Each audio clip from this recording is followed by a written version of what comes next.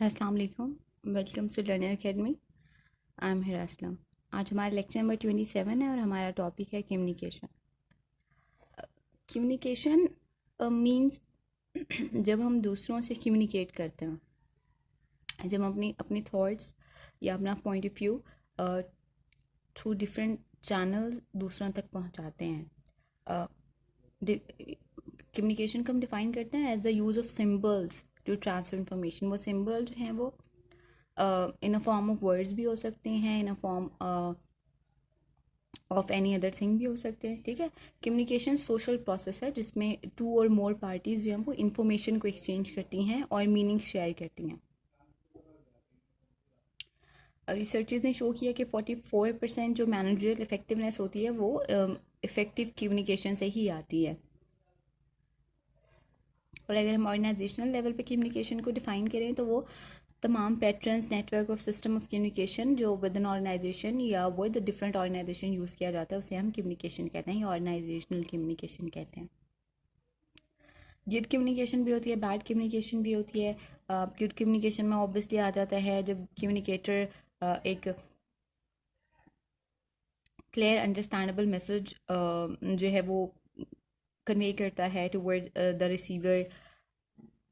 ठीक है। या फिर वो एग्रीमेंट लेकर आता है मैसेज के साथ instead of clear understanding of the message. In someone disagrees with us, many of us assume that the person just did not fully understand our positions. ठीक है। हमें लगता है कि जब कोई हमारे पॉइंट से डिसएग्री कर रहा है तो वही थॉट कि उसे वो अंडरस्टैंड नहीं कर रहा ना हमारे पॉइंट को। मगर मैनी ऑफ अस हम गुड कम्युनिकेशन को डिफाइन करते हैं कि समवन एक्सेप्ट करे हमारे व्यूज़ को, बट ये जो है वो नहीं है। ठीक है। गुड कम्युनिकेशन इज़ मीन आपने अपना मैसेज क्लियरली जो है वो कन्वे कर दिया है। ठीक है। बट इट डजेंट मीन कि वो एक्सेप्ट भी नेक्स्ट पर्सन जो है वो करेगा। ठीक है। ये गुड कम्युनिकेशन का पार्ट नहीं है। अगर हम इसके हिस्टोरिकल बैकग्राउंड की तरफ आ जाएं तो सबसे पहले हेनरी फ्योल की कंट्रीब्यूशन आ जाती है। हेनरी फ्योल ने डिटेल एनालिसिस दिया था और सोल्यूशन दिया था कम्युनिकेशन प्रॉब्लम्स का। उसने कहा था कि जो फॉर्मल चैनल्स हम यूज़ करते हैं कम्युनिकेशन के लिए ऑर्गेनाइजेशन में, वो कम्युनिकेशन को स्लो और डिस्टॉर्टेड कर देते हैं। ठीक है। क्योंकि इसमें नंबर ऑफ़ चैनल्स होते हैं और स्टेप्स बहुत ज़्यादा होते हैं टॉप मैनेजमेंट और फ्रंट लाइन मैनेजर कम्युनिकेट करने के लिए ना। ठीक है। उसकी वजह से जो मैसेज होता है ना, वो जो कम्युनिकेशन होती है वो स्लो हो जाती है और डिस्टॉर्टेड हो जाती है, हाईली डिस्टॉर्टेड हो जाती है। देयरफॉर अकॉर्डिंग टू फ्योल उसने कहा था कि जो फॉर्मल चैनल्स है कम्युनिकेशन के ऑर्गेनाइजेशन में should not be followed in an organization, but gang plank should be allowed. Gang plank literally means a plank or a board used for boarding or disembarking from a ship. अगर communication के context में देखें तो gang plan का मतलब है जिसको Fayol ने यूज़ किया था कि ability of the members of the organization to bypass all formal channels of communication and use the plan to reach any level of authority in order to convey the information exactly as it is intended. यानी कि जहाँ पे कोई भी Planck means जहाँ पे कोई भी किसी से भी कम्युनिकेट कर सके without regarding their status position और रैंक। यानी कि आप एक ऐसा चैनल हो, गैंग प्लैंक हो कि आप डायरेक्टली कम्युनिकेट करो उसको। अगर लोअर मैनेजमेंट अपर मैनेजमेंट से कम्युनिकेट करना चाह रही है तो गैंग प्लैंक में ये होगा कि उन्हें मिडिल मैनेजमेंट से कम्युनिकेट नहीं करना पड़ेगा। उनको ऐसे चैनल्स प्रोवाइड किए जाएंगे कि वो डायरेक्टली जो है वो अपनी टॉप मैनेजमेंट को मैसेज कन्वे कर सकते हैं, डायरेक्ट मैसेज जो है वो कन्वे कर सकते हैं। उसके बाद चेस्टर बर्नर्ड्स की कंट्रीब्यूशन आ जाती है। चेस्टर अर्विन बर्नर्ड ने जो है ना एक टेली कम्युनिकेशन एग्जीक्यूटिव था और ऑथर है ये फंक्शंस ऑफ एग्जीक्यूटिव का। थी कि इस बुक ने जो है वो रेवोल्यूशनाइज कर दिया था एग्जीक्यूटिव की फील्ड में। एक बहुत इन्फ्लुएंशियल था, बहुत इन्फ्लुएंशियल मैनेजमेंट बुक थी ये 20th सेंचुरी में, जिसने उसने थ्योरी ऑफ ऑर्गेनाइजेशन और function of executive in organization जो है वो प्रेजेंट किए थे।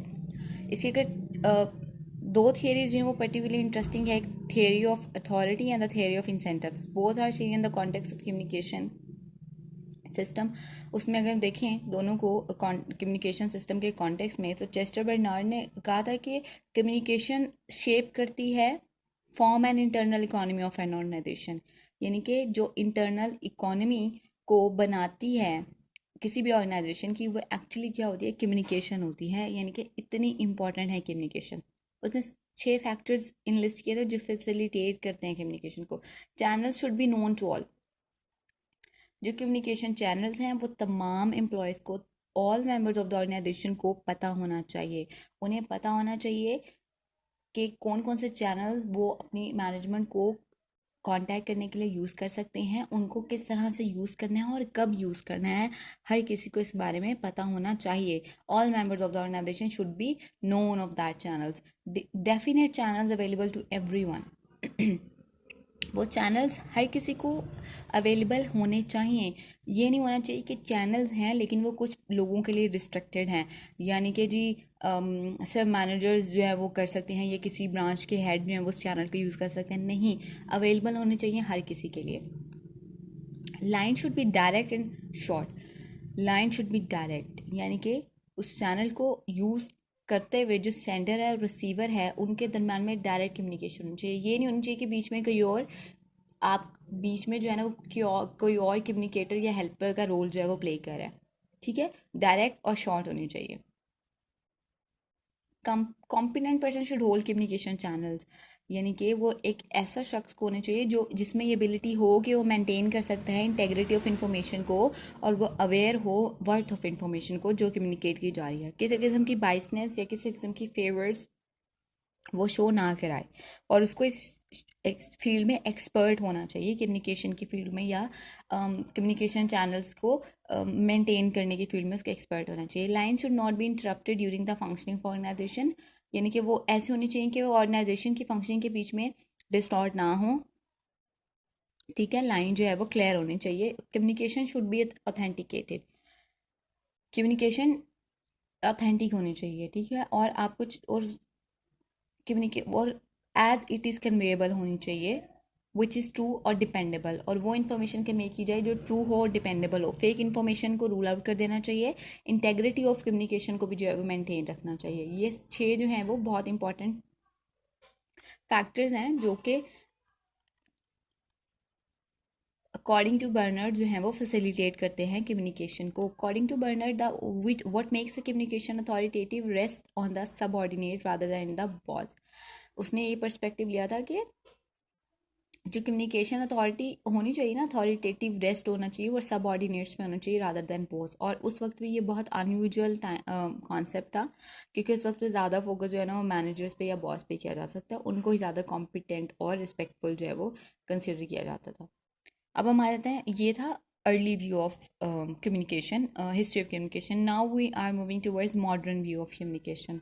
Modern model of communication can be understood by considering the continuum of model communication. According to this model, there are 2 types of communication, both responding, representing continuums of communication. Informal और formal communication होती है। ठीक है, informal होती है और formal communication होती है। ह्यूमनिस्टिक और मैकेनिस्टिक कम्युनिकेशन होती है। इनफॉर्मल और फॉर्मल में आ जाता है कि फॉर्मल कम्युनिकेशन होती है कि ऑफिशियल चेन ऑफ कमांड में जो वो कम्युनिकेशन चलती है, या part of communication required to do one's job, यानी कि एक मैनेजर बता रहा है अपने एम्प्लॉयज़ को कि वो कंप्लीट करें एक टास्क को, और फिर उनको बता रहा है कि किस तरह से उन्होंने इस टास्क को कंप्लीट करना है। ये क्या फॉर्मल कम्युनिकेशन होगी ना। पैसा एम्प्लॉय को अगर कोई प्रॉब्लम फेस करना पड़ रहा है तो अपने मैनेजर के पास लेके आएगा। ठीक है, कोई भी कम्युनिकेशन जो within prescribed organizational work arrangement होती है उसको हम फॉर्मल कहते हैं। फॉर एग्जांपल, अगर मिलिट्री में और इंफॉर्मेशन कन्वे की जा रही है, फॉर एग्जांपल प्राइम मिनिस्टर से इंफॉर्मेशन कैबिनेट में आती है, ठीक, प्राइम मिनिस्टर कन्वे करते हैं इन्फॉर्मेशन अपने मिनिस्टर्स को, फेडरल मिनिस्टर्स को। ठीक है, वो ये फॉर्मल जो है वो कम्युनिकेशन है। फिर फेडरल मिनिस्टर्स अपने सेक्रेटरीज को लेकर आते हैं, वो इन्फॉर्मेशन सेक्रेटरीज के पास आती है, और फिर उस तरह से उनकी मिनिस्ट्री जो है वो उन चीज़ों पे वर्क करती है। तो ये क्या है, फॉर्मल कम्युनिकेशन है। उसके बाद इनफॉर्मल कम्युनिकेशन आ जाती है कि वो ऑर्गेनाइजेशनल स्ट्रक्चरल हायरार्की में नहीं आती, कि वो आपस में बात करें। फॉर एग्जांपल, प्राइम मिनिस्टर की किसी मिनिस्टर से फ्रेंडशिप है, ठीक है, और वो वैसे बातचीत कर रहे हैं ना, आप वैसे जो है वो डिस्कशन कर रहे हैं मुल्क की हालात पे, इकोनॉमी पे, तो वो that will be informal communication. जैसे दोस्तों में होती है, ठीक है, आपस में ग्रुप्स होते हैं ऑर्गेनाइजेशन में भी, एम्प्लॉयज़ की आपस में, कलीग्स की आपस में फ्रेंडशिप्स होती हैं, वो लंच पे कुछ चीज़ें डिस्कस कर रहे हैं, हॉलवेज में डिस्कस कर रहे हैं। ठीक है, ये जो होती है वो इनफॉर्मल होती है। इनफॉर्मल कम्युनिकेशन सिस्टम दो पर्पजेस को फुल करती है। एक तो वो परमिट करती है, अलाउ करती है एम्प्लॉयज़ को कि वो अपनी नीड्स, जो सोशल ह्यूमन इंसान एक सोशल एनिमल है, ठीक है, तो उसकी सोशल इंटरेक्शन की भी नीड्स होती हैं। तो ये जो इनफॉर्मल कम्युनिकेशन है ये एम्प्लॉयज़ की उस नीड को सेटिस्फाई करती है, सोशल इंटरेक्शन की नीड को। और फिर ये ऑर्गेनाइजेशन की परफॉर्मेंस को भी इम्प्रूव करती है। क्यों? क्योंकि जो एम्प्लॉयज़ की इनफॉर्मल कम्युनिकेशन की वजह से आपस में जो अम, उनकी बेटर कम्युनिकेशन हो जाती है, एफिशिएंट चैनल ऑफ कम्युनिकेशन बन जाते हैं, फ्रीक्वेंटली फास्टर और मोर एफिशिएंट हो जाते हैं। उसकी वजह से भी जो है वो ऑर्गेनाइजेशन की जो परफॉर्मेंस है वो इंक्रीज होती है। उसके बाद ह्यूमनिस्टिक मैकेनिस्टिक आ जाती है। ये ह्यूमनिस्टिक और mechanistic model of communication represent करता है another continuum of communication. Humanistic obviously जब वो कम्युनिकेशन होगी by the members of organization, verbal communication during meetings, informal verbal communication, वो क्या होगी? ह्यूमनिस्टिक जब इंसान ऑर्गेनाइजेशन मेंबर कम्युनिकेट करेंगे। और मैकेनिस्टिक होगी जब आप थ्रू मशीन्स करते हो, आप फैक्स कर रहे हो, आप मेल कर रहे हो, आप वॉइस रिकॉर्डिंग भेज रहे हो, मैसेजेस कर रहे हो, that would be mechanistic communication. उसके बाद हम आ जाते हैं कम्युनिकेशन टेक्नोलॉजी की तरफ, ठीक है। अब ऑब्वियसली अब हमें पता है कि टेक्नोलॉजी ज़्यादा more specifically is moving toward the information technology. इस तरह से रेवोल्यूशनाइज कर दिया है टेक्नोलॉजी ने, ठीक है, और इजी बना दिया ना कम्युनिकेट करना विद इन ऑर्गेनाइजेशनल मेंबर्स के भी। इम्प्रूव किया मैनेजर की एबिलिटी को कि वो मॉनिटर कर सके इंडिविजुअल्स और टीम परफॉर्मेंस को। उनको ज़्यादा अपॉर्चुनिटीज़ मिली हैं कोलैबोरेट करने के लिए, इन्फॉर्मेशन को शेयर करने के। इसमें सबसे पहले आ जाता है मैनेजमेंट इंफॉर्मेशन सिस्टम, MIS, या आई डोंट नो शायद इसे मिस प्रोनाउंस करते हो या MIS प्रोनाउंस करते हैं। इट में ऑल्सो भी understood as exchange information done by computers, ठीक है। जब आप कंप्यूटर्स के ज़रिए जो है वो इन्फॉर्मेशन को एक्सचेंज करते हो। ये एक जनरल नेम है for the academic discipline covering the application of people, technology and procedures.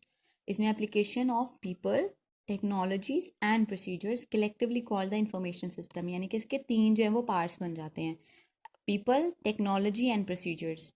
लोग, वो कौन सा मोड यूज़ करते हैं कम्युनिकेशन के लिए और क्या प्रोसीजर्स यूज़ करते हैं। ये रेगुलर इन्फॉर्मेशन सिस्टम से इस तरह से डिस्टिंग करता है कि उनको यूज़ करते हैं कि हम एनालाइज करते हैं इन्फॉर्मेशन अदर इन्फॉर्मेशन सिस्टम्स को जो ऑपरेशनल एक्टिविटीज़ में यूज़ होते हैं। एकेडमिकली ये टर्म भी कॉमनली यूज़ की जाती है group of information management methods में, ठीक है। For example decision support system में, एक्सपर्ट सिस्टम में, एग्जीक्यूटिव इंफॉर्मेशन सिस्टम में, इसका जो है वो बहुत ज़्यादा इसने ऑर्गेनाइजेशनल कम्युनिकेशन को इम्प्रूव किया है मैनेजमेंट इंफॉर्मेशन सिस्टम में। टेली कम्युनिकेशन टेक्नोलॉजी आ जाती है जब हम डिस्टेंट लोगों से जो है वो कम्युनिकेट करते हैं। हम केबल, फाइबर ऑप्टिक्स, सैटेलाइट्स वगैरह, रेडियो वगैरह को यूज़ करते हैं। तो हम ऑर्गेनाइजेशनल कम्युनिकेशन में ऑब्वियसली जब हम टेली कम्युनिकेशन को यूज़ करते हैं एक्सचेंज ऑफ इंफॉर्मेशन के लिए, टेलीफोन के थ्रू, टेलीविज़न के थ्रू, ईमेल के थ्रू, ठीक है, ये क्या करता है, क्विक कर देता है और एफिशिएंट कर देता है हमारी कम्युनिकेशन को। उसके बाद नॉन वर्बल कम्युनिकेशन आ जाती है। इसको हम silent language, para language, facial expression, space utilization या बॉडी लैंग्वेज भी जो है वो कहते हैं। इसमें तमाम एलिमेंट्स आ जाते हैं जो ह्यूमन कम्युनिकेशन से रिलेटेड होते हैं, जिनको हम ऑरली या राइटिंग की सूरत में एक्सप्रेस नहीं कर सकते। अब समटाइम ये वर्ड से ज़्यादा मीनिंग कन्वे कर देती है, या फिर समटाइम जो हमारी नॉन वर्बल कम्युनिकेशन होती है एक्चुअली वो एक्सप्लेनेशन दे रही होती है हमारी वर्बल कम्युनिकेशन को, हमारे वर्ड्स को एक्सप्लेनेशन दे रही होती है। इसमें फेशियल एक्सप्रेशन आ जाते हैं, फिजिकल मूवमेंट आ जाती है, ठीक है। वो आपकी जो फिजिकल मूवमेंट या बॉडी लैंग्वेज वो कॉन्शियसली भी हो सकती है, अनकॉन्शियसली भी हो सकती है, ठीक है। आई कांटेक्ट आ जाता है, जो एक्सप्रेस करता है आप कितने विलिंग हैं कम्युनिकेशन के लिए। Sitting of the edge on the chair जो इंडिकेट करता है आप नर्वस हैं, एंक्शियस हैं। Sitting back with arms folded, हम बैठते हैं ना, बैठ जाते हैं और हम अपने आर्म्स जो है वो क्रॉस कर लेते हैं, ठीक है, फोल्ड कर लेते हैं, तो वो कन्वे करता है कि आप अनविलिंग हैं कि डिस्कशन को कंटिन्यू करने के लिए। और भी बहुत सारे, फॉर एग्जांपल जब आप लेग क्रॉस कर लेते हैं, आर्म क्रॉस बैठते हैं, तो इट्स मीन ये आप अपनी रिजिडिटी शो कर रहे होते हैं कि वो जो इन्फॉर्मेशन उनकी तरफ से, नेक्स्ट पर्सन की तरफ से आपको मिल रही है, आप उसको एक्सेप्ट करने की जो है वो पोजीशन में नहीं हो। इन्वायरमेंटल एलिमेंट्स भी बहुत ज़्यादा मैसेजेस कन्वे करते हैं जिसमें बिल्डिंग आ जाती है, ऑफिस स्पेस, फर्नीचर वगैरह आ जाता है, आपकी लाइट इंटेंसिटी आ जाती है, आपके ऑफिस का कलर आ जाता है। बहुत ज़्यादा ना ये मैसेज कन्वे करता है। फिज़िकल सेटिंग भी जो है ना वो बहुत ज़्यादा मीनिंग कन्वे करती है। हम अपनी नॉन वर्बल कम्युनिकेशन को किस तरह से जो है वो इम्प्रूव कर सकते हैं। आप look at the whole situation, पहले जो है वो होल सिचुएशन को जो है ना वो इवेलुएट करें। ये हमारा इमोशनल रिस्पॉन्स होता है, ठीक है, जो हमारे नॉन वर्बल बिहेवियर होते हैं। तो इसमें हम अपना रिफ्लेक्शन दे रहे होते हैं कि हमारे माइंड में क्या चीज़ चल रही है और हम किस तरह से सिचुएशन को इवेलुएट करें। तो इस बेटर कि आप पहले जो है वो पर्सन की नॉन वर्बल बिहेवियर को जो है वो इवेलुएट कर लें। नॉट डिस्क्रिपेंसी बिटवीन वर्बल, आप देखें कि उनके वर्बल और नॉन वर्बल कम्युनिकेशन में क्या डिस्क्रिपेंसीज हैं। फॉर एग्ज़ाम्पल ये कॉमन बात है कि लोग जब झूठ बोल रहे होते हैं तो वो ब्लिंकिंग ऑफ आई बहुत ज़्यादा कर रहे होते हैं, ठीक है, वो बार बार पलकें झपकते हैं। या फिर आपने किसी से कुछ सवाल किया है, ठीक है, अगर वो थोड़ा पॉज लेके जवाब देता है तो इट्स मीन कि उसने सोच के जवाब दिया, उसने जवाब बनाया है, ठीक है। नोट सब टाइटल्स, आप जो है वो हिडन मोटिव्स को नोट करें, जेन्युइन और फेक स्माइल को डिस्कवर करें, ठीक है। कल्चरल डिफरेंसेस भी बहुत ज़्यादा इंपॉर्टेंट रोल प्ले करते हैं बॉडी लैंग्वेज में। डिफरेंट जेस्चर और मूव्स जो होते हैं वो नॉन वर्बल कम्युनिकेशन के डिफरेंटली इंटरप्रेट किए जाते हैं अक्रॉस डिफरेंट कल्चर्स। इसके बाद आता है interpersonal communication between two people within an organization, ठीक है। एक रिसीवर होता है, एक सेंडर होता है। मैसेज को हम सिंबॉलिक फॉर्म में कन्वर्ट कर देते हैं और उसको फिर पास करते हैं सब मीडियम के थ्रू रिसीवर को, जो डिकोड करता है इन्फॉर्मेशन को और फिर उस मैसेज को जो है वो अंडरस्टैंड करता है। तो हम ट्रांसफ़र ऑफ करते हैं meaning from one person to another. This is the process of interpersonal communication. अब आ जाता है इफेक्टिव और इनफेक्टिव इंटरपर्सनल कम्युनिकेशन कौन सी होती है। इफेक्टिव इंटरपर्सनल कम्युनिकेशन में आप उसको एम्प्लॉय को जो है वो हेल्प करते हो रादर दैन डिस्करेजिंग हिम और हर। स्पेसिफिक टू सिचुएशन होती है, ठीक है, नीड ऑफ एम्प्लॉय के अकॉर्डिंग होती है। यूज़फुल होती है कि आप सिचुएशन और करेक्ट करते हो या सूटेबल होती है सिचुएशन से। इनफेक्टिव में ऑब्वियसली वो बिलिटल कर देती है, जनरल होती है और अनटाइमली होती है।